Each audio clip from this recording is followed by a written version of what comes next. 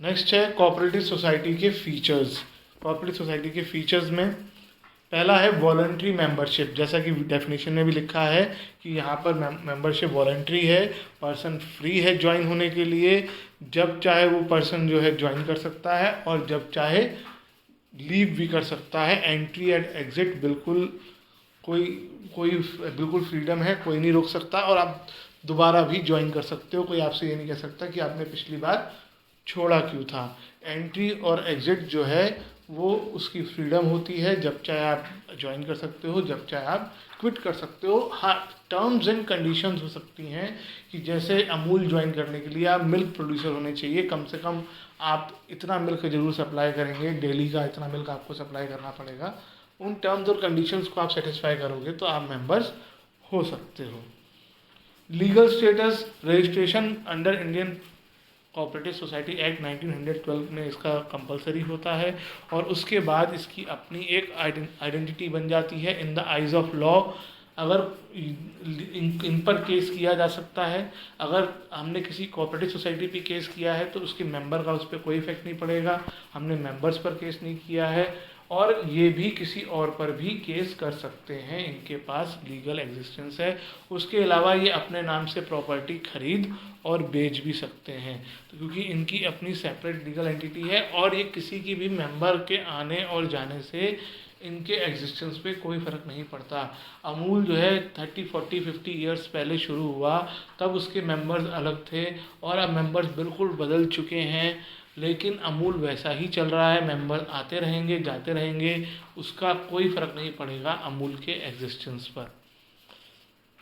सभी मेंबर्स की लायबिलिटी जो होती है लिमिटेड होती है to the extent of capital contributed by them. जितना पैसा उन्होंने कंट्रीब्यूट किया है, बिजनेस में इन्वेस्ट किया है, वही उनकी लायबिलिटी है। अगर उससे ज़्यादा की डिमांड किसी भी मेंबर से नहीं की जाती है। अगर कोऑपरेटिव सोसाइटी बंद होने लगती है और काफ़ी हैवी लॉसेस में होती है तो हम मेंबर्स की पर्सनल प्रॉपर्टी को टच नहीं कर सकते हैं। ऐसे में नुकसान क्रेडिटर्स का होगा, हमारी लायबिलिटी वालों का होगा, उनको पूरा पैसा उनका नहीं मिल पाएगा। कंट्रोल कैसे, आप बिजनेस को कैसे कंट्रोल करेंगे? मेंबर्स तो बहुत सारे, अनलिमिटेड 1000, 2000, 3000, 20000, 25000, तो सभी कंट्रोल नहीं करते हैं। सभी के हेल्प से एक हर साल या हर 2-3 साल बाद कुछ पर्सन्स को इलेक्ट कर दिया जाता है। इलेक्टेड रिप्रेजेंटेटिव होते हैं वो, एक मैनेजमेंट कमेटी बना दी जाती है, डायरेक्टर्स होते हैं और वो चुने जाते हैं वोट के थ्रू, है ना। हर एक पर्सन के पास वोट का राइट होता है। कुछ लोग इलेक्शन की तरह खड़े होते हैं, उनमें से कुछ लोगों को वोटिंग करके सिलेक्ट कर लिया जाता है। हर पर्सन एक ही वोट कर सकता है। नेक्स्ट है सर्विस मोटिव।